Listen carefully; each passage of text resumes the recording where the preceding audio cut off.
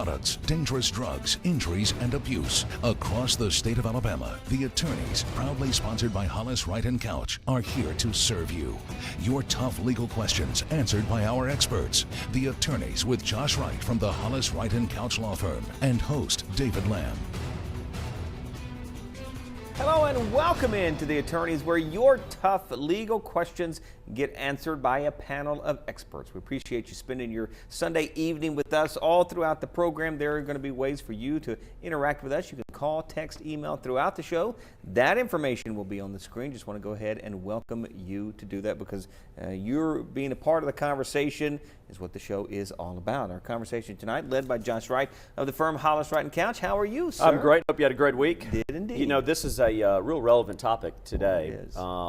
With the onset of Sandy Hooks, Peoria, all the other gun-related issues. We're going to talk about guns today and the gun laws in Alabama, as well as kind of the lay of the land, if you will, about what it takes to get a gun, whether there are background checks required, there are licensing and permit requirements. We're going to be talking about that stuff. And when we talk about those issues, we go to a guy like Barry Alvis here in Birmingham, who handles these type cases. Barry, we're happy to have you on the show. Glad to be here. Thank you. Here. Barry not only can teach us about gun laws, because he does some criminal defense work for his background, but he actually teaches an NRA class and has for several years. So he's a great authority to come on and talk a little bit about gun laws here in Alabama. So welcome. Thank you. Glad to be here. Thank you. You know, from a launching off point here, Barry, I mean, help us understand, maybe even by definition, what does constitute a firearm?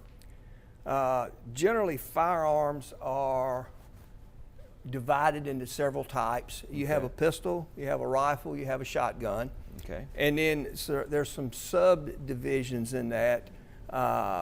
Short barrel firearms, where you've got a barrel less than the legal length, but it has to be a registered firearm. Same thing with a shotgun. You can register a short barrel shotgun. Those are registered through the federal governments.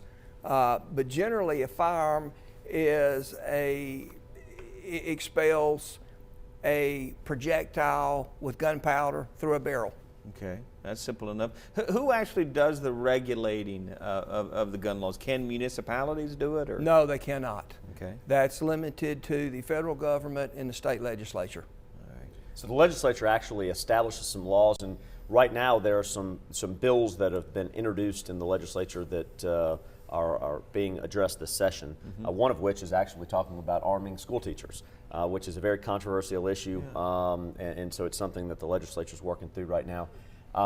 This is a pretty significant issue because, as I read just from the pre-production material that were provided, there were 330,000 background checks last year alone in Alabama for folks to get guns in the state. That seems like a huge number to me.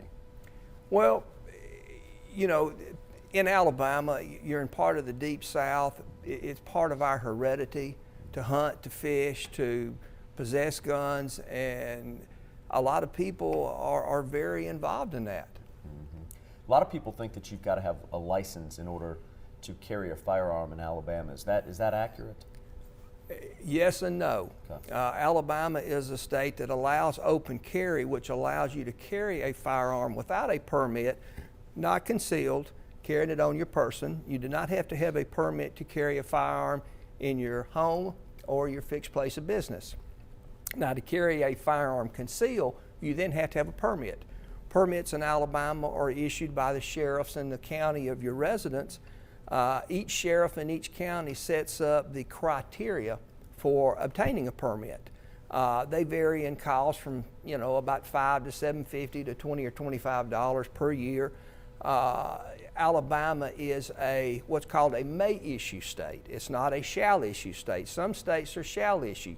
If you are do not possess a criminal history, you can have a permit in certain states. Alabama, you have to apply with the sheriff. Sheriff does a background check, and based on that, will issue you a permit. Now, there are a lot of different types of individuals that cannot get permitted in Alabama. That is correct. And what are some of the circumstances where somebody would not be able to be permitted in Alabama? Prior criminal history, if they've been convicted of a felony or a crime involving domestic violence, if they've ever been established incompetent in a criminal case, if they've ever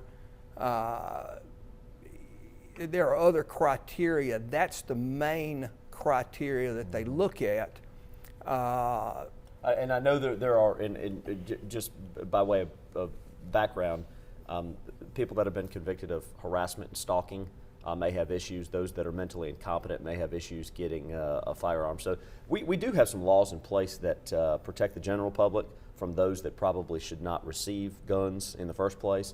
But we're a pretty open state to be able to get a gun if you want to get a gun. How difficult is it? If I don't own a gun, and I've never owned a gun, how difficult is the process of me going out today and becoming a gun owner? Good question.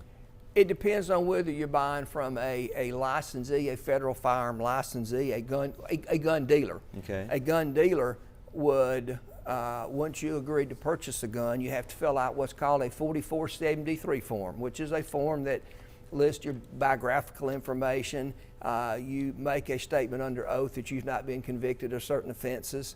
Then that information is transmitted by the FFL holder or the salesman to the federal government, who does an instant background check. Okay. And if your instant background check does not indicate any of the problems that Mr. Wright mentioned just a minute ago, then you can be approved to purchase that firearm. They will get an approval code, and you can then pay for the firearm and take it with you.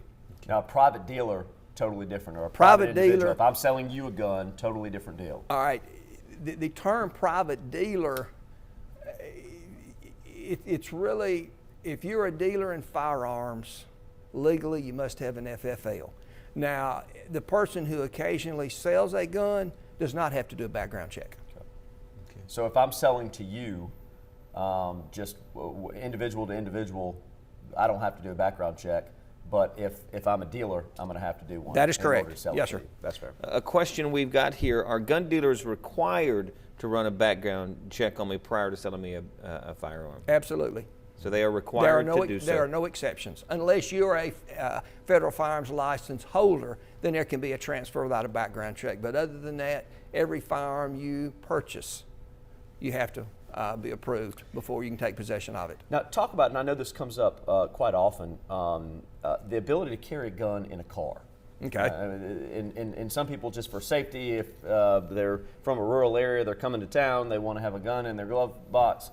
How does that process work? That would be carrying a concealed weapon, and you have to have a permit from your sheriff. Okay. If the gun is not in the passenger compartment, is unloaded, you can transport the gun. But to carry a loaded firearm within your reach or in a passenger compartment, you'd have to have a concealed carry permit. Let's assume you're in Aniana and you're coming to Birmingham and you have gotten approval from your sheriff in Aniana through a permitting process to be able to carry your gun concealed in your vehicle, and you come to Birmingham and you're pulled over. Does the Jefferson County person that pulled you over, or the City of Birmingham police officer, will they take the permitting from another county? Correct. Okay. A permit issued by one sheriff in Alabama is valid in all other counties within the state. And a question I know that has come up actually on the show before, now that we've got an expert on here on the issue, I'd love to hear your thought on this. If you are being pulled over for a traffic stop and you know you have a concealed weapon, do you disclose it to the officer? That is a real gray area. Yeah. In our teaching, in our classes, we generally will advise, if it's a simple license checkpoint, I would not necessarily advertise to the officer, I have a weapon in the car. On the other hand, if there gets into any questioning, or if you're ever removed from the vehicle for questioning, I would disclose to the officer that I have a weapon in the car, here's its location, I have a concealed carry permit, and present the permit to the officer. That's great advice. When we come back from the break, I want to talk about the NRA class that they teach and kind of why they do that and some of the information that comes out of that. Great stuff. Time for our first break. As we do so, a reminder, call, text, email, get your information to us. We'd love to pass those along to our panel of experts. Easy information, easy to find. You can also find the firm of Hollis, Wright, and Couch if you just search that term, Hollis, Wright, and Couch. Find them on Facebook, and on Twitter it is Hollis_Wright. Stay tuned. More of the attorneys coming right up.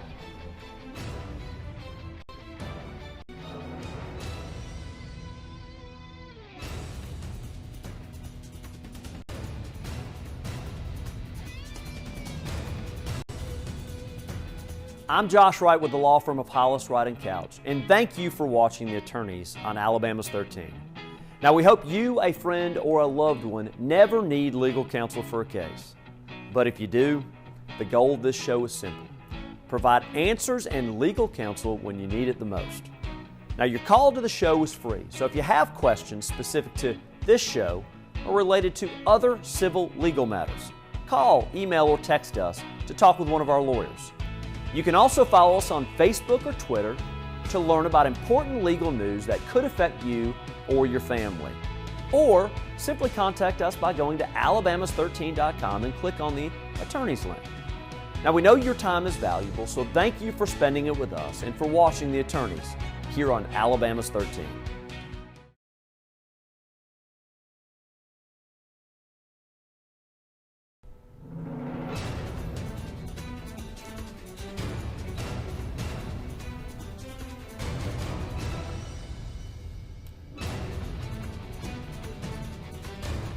Welcome back into The Attorneys, knowing your rights when it comes to gun laws in the state of Alabama. A lot of interesting ground we are covering, more of that ground left to go. A reminder that you can call, text, email to be a part of the conversation. That information at the bottom of your screen. Josh?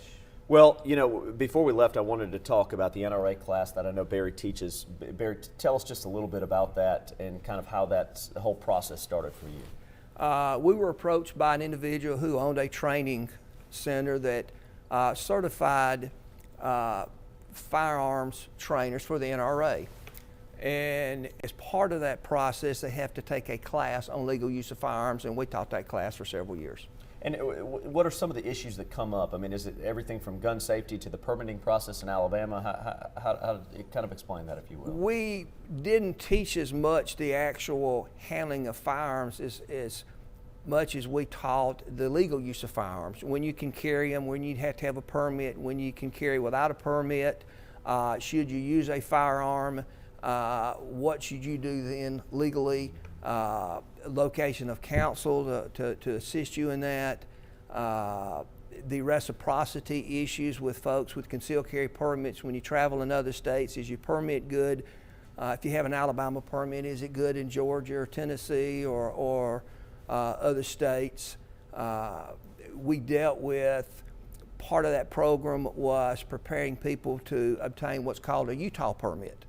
The state of Utah offers a concealed carry permit that has more reciprocity within the U.S. than any other states because they require an 8-hour class on handling your firearm before you can have a permit out of Utah, where a lot of states do not require any of that type of education. Let's address one of the issues that I know viewers are probably thinking for those that are traveling outside the state. If you have a background check in Alabama, you are able to own the gun in Alabama, and you are permitted, for example, to have a concealed weapon, but you're traveling to Mississippi or Tennessee or Georgia or Florida. I'm not asking you to analyze all states. In general terms, how does that work? Does our permit work if there's reciprocity with another state? If there is reciprocity, it does work. The Attorney General's office has a website that lists out, if you have a permit from a particular state, what other states will honor that permit. If you're traveling outside the state, you absolutely should investigate whether or not you can legally carry your firearm in sister states. As simple as going to the internet, searching on Google for the Alabama Attorney General's office and finding on their website the reciprocity states or those states that allow the permitting if you're going to go in another state with a concealed weapon. A must. Absolutely, like. absolutely a must, because there are some states that disallow the carrying of concealed weapons and do not honor an Alabama permit. Some states require certain education, complete a firearms class before you can have a concealed weapons permit. Alabama does not require that. And that information, is it easy to find? Yes. So, okay, like Josh said, it's it's on the website. Attorney Right. General's, you can search in firearms and reciprocity, and it comes up pretty easily right where there. you can search that. Go ahead, Dave, if you have a question. I mean, just a question here. Folks want to know, where does the NCIS get its information? From a number of sources. Criminal databases, whether a person has been found incompetent, whether their other mental health issues, whether they have been convicted of certain domestic violence offenses. As Josh mentioned earlier, a conviction to something as simple as a domestic violence harassment is a permanent ban for possessing firearms or ammunition. Here's a question that I know comes up. Let's assume somebody rightfully owns a gun because they have done a background check and they've even had it permitted with their local sheriff in order to have a concealed weapon. Then they're convicted of a harassment, a stalking, a domestic violence event, or ruled mentally incompetent. Does the law work to try and prevent that person from having a gun on a moving forward basis? Meaning, is there something in place that allows police officers to come in, take those weapons away from that person? Now, I know that's a complicated issue. It's a complicated issue. The first part of the question, is there a continuing duty by law enforcement or an FFL licensee to prevent that person from possessing a firearm? Yes. The National Background Check System would not approve the transfer to that person. I don't know of a particular process where law enforcement then goes out to that person's house to seize weapons. But it would be illegal for that person to possess the weapon, and there are some fairly significant federal penalties if they are found in possession of that firearm after having been convicted of that domestic violence offense. The reason I even asked that question, I knew it was going to be a complicated issue to start with. There are 200 million firearms in the United States, and so we often wonder why legislatures in states knee-jerk quickly with gun legislation after there is a major event like there have been recently in the media involving guns.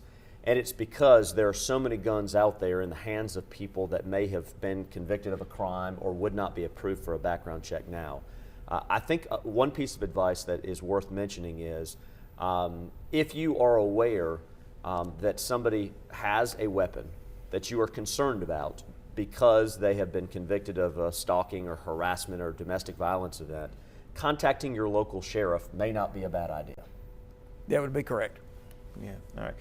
Time to go to break. Before we do so, talking about the website where you can find out more information about gun laws and all sorts of those deals, you can go to this website, ago.state.al.us, ago.state.al.us, and that will answer your questions about what we're just talking about there. So, good website, great resource. More of the conversation ahead. Another segment as we head to break. Want to remind you ways that you can get in touch with us. Call, text, email, find the firm. Just search Hollis, Wright & Couch on Facebook. Also on Twitter, it's Hollis_Wright. Stay tuned. More of our conversation with our panel of experts on gun laws coming right up.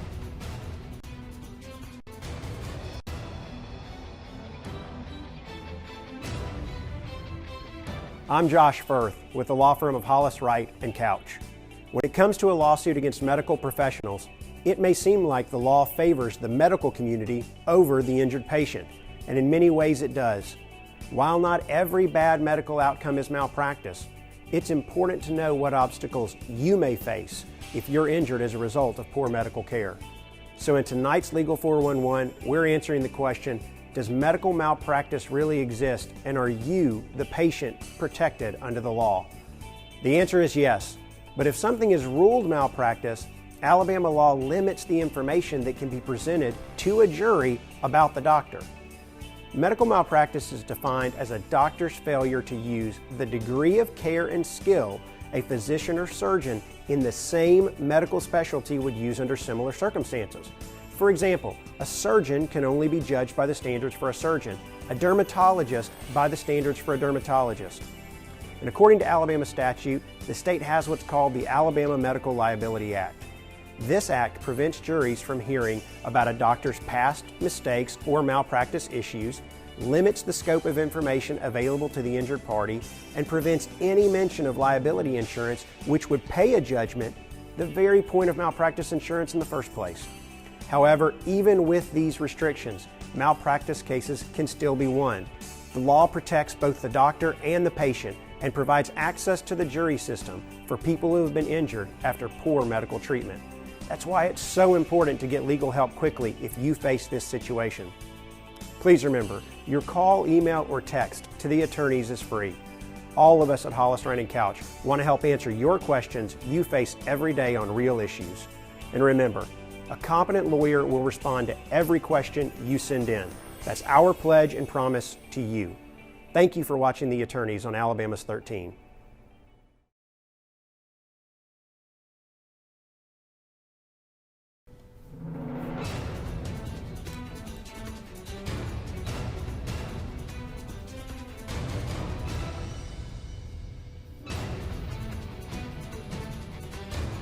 Welcome back into The Attorneys, talking about gun laws. It is certainly a topic of conversation that is front of mind right now. We welcome your time. We've got another segment remaining. This is our final segment, so just a few minutes remaining for you to get your questions to us. Call, text, email those to us. Questions coming from everywhere, even from Nicole, Kurt, Wes, the folks who put this show together behind the scenes. I had a question about permits. Must you get those permits renewed? Absolutely. A permit is issued for 1 year. You have to renew it each year. You have to, in most situations, physically go to the sheriff's department. They should do a new background check on you. They generally do it instantly and would reissue your permit at that point. If you allow your permit to lapse, then that permit is no good, and you could be prosecuting for carrying a concealed weapon if your permit has lapsed. And just so that we're clear, if I'm a hunter and I own guns that I'm going to be used for hunting purposes, those are not necessarily concealed weapons that require a permit. We're talking about a concealed permit to allow somebody to carry something that is concealed. Is that fair? Correct. Hidden on their person or in their vehicle, loaded in their vehicle. The only reason I mention that is I don't want all the hunters out there to think they've got to go to the sheriff's department again and be permitted each year. We're talking about concealed weapons have to be permitted. Once you rightfully own your rifle or your shotgun to be able to hunt, you don't have to permit that on a yearly basis because it wouldn't be a concealed weapon for the most part. That is correct. If you're transporting it in your vehicle in an unloaded condition, you do not have to have a permit. Now, I know this question always comes up whenever we're talking about guns. Just because I have a permit to carry a concealed weapon, does it mean I get to carry it everywhere? No, it does not. Okay. There are certain prohibited areas federally and under state law, airports, courthouses, criminal justice buildings, certain gatherings, sporting events and such, you may be excluded. Certainly any jails, prison facilities, you're not allowed to carry a weapon there. Certain government buildings, prohibited to carry weapons there.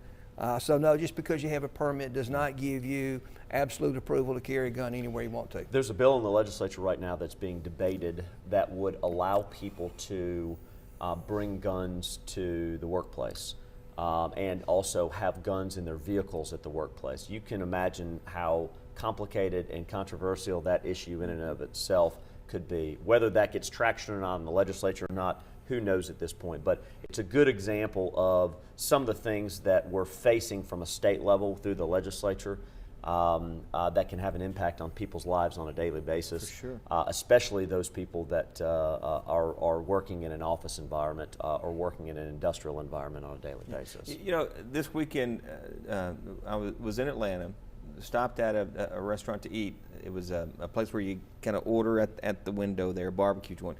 And as we were ordering, noticed that the fella who runs the joint had a gun, and it was clearly visible. You know, he wanted everyone to know that he had a gun, not hiding it at all.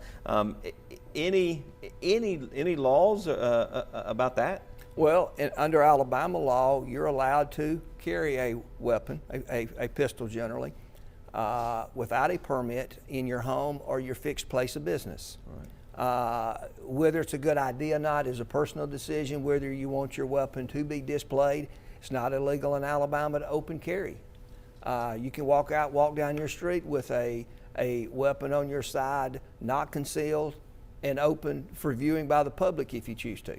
Barry, if you're an employer and you are concerned about people having guns in the workplace, which obviously could be a dangerous thing, can you establish rules and guidelines related to that would be enforceable as an employer?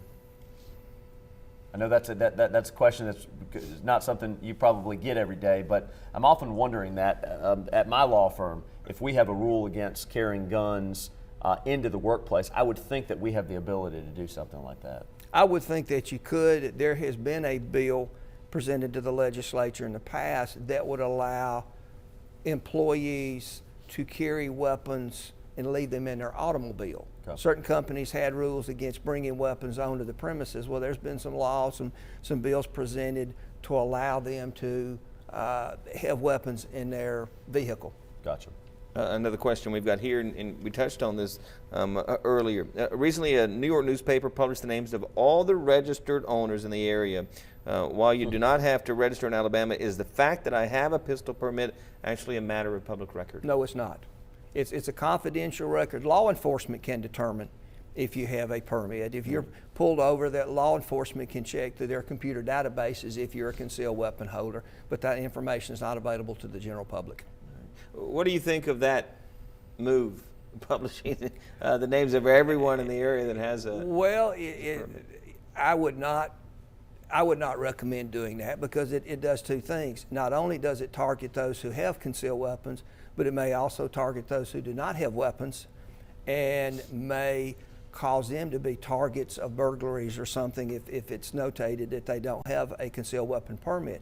But simply because you don't have a permit doesn't mean you don't own a weapon. Yeah. Well, one thing I was amazed at when I saw that is the number of people that had guns in that area, in that really? geographic area. It was incredible. I mean, it was just an incredible number. Again, we're talking about, I think 200 million people privately own guns in the United States. I mean, that's a huge portion of our population. Yeah. We have about 3 minutes remaining, but before we let you go, do you think, because you, I'm sure you're an expert, you get the questions all the time, do you think we have a pretty good understanding of gun laws and what's our rights? That's a two-sided question. I would say a lot of people do, but then a lot of people do not. Yeah. And, Alabama does not require any training or certification prior to obtaining a concealed weapon permit. Right. There are a lot of people that believe that would be a good idea. Right. Because you could take a person who doesn't have any knowledge, purchase a gun, get a concealed carry permit, and have never even fired a gun before. Right, yeah. There have been some bills to try and alleviate that. Many states do require a training and certification before you get a concealed carry permit. Real quick, final thought from you on the topic? The knee-jerk reactions that we're seeing nationally, very few deaths are caused by rifles or certainly assault weapons. Many more persons are killed by hammers or by fist than by weapons. The government needs to try and do a better job with regulating who can obtain a weapon rather than trying to remove them from lawful owners. Josh, real quick. Know what the law is, especially if you're going to travel from state to state. Barry's provided some great information today. Make sure you know what the law is because law enforcement take this stuff very, very seriously if you make a mistake. Yeah, for sure. Interesting conversation today for sure. Appreciate both of your time. Also appreciate you being with us as well. We thank you so much for being with us and welcome you to get in touch with the folks at the firm of Hollis, Wright & Couch. Easy to do so. We'll see you next week right here on The Attorneys. Thanks for watching The Attorneys, sponsored by the law firm of Hollis, Wright & Couch.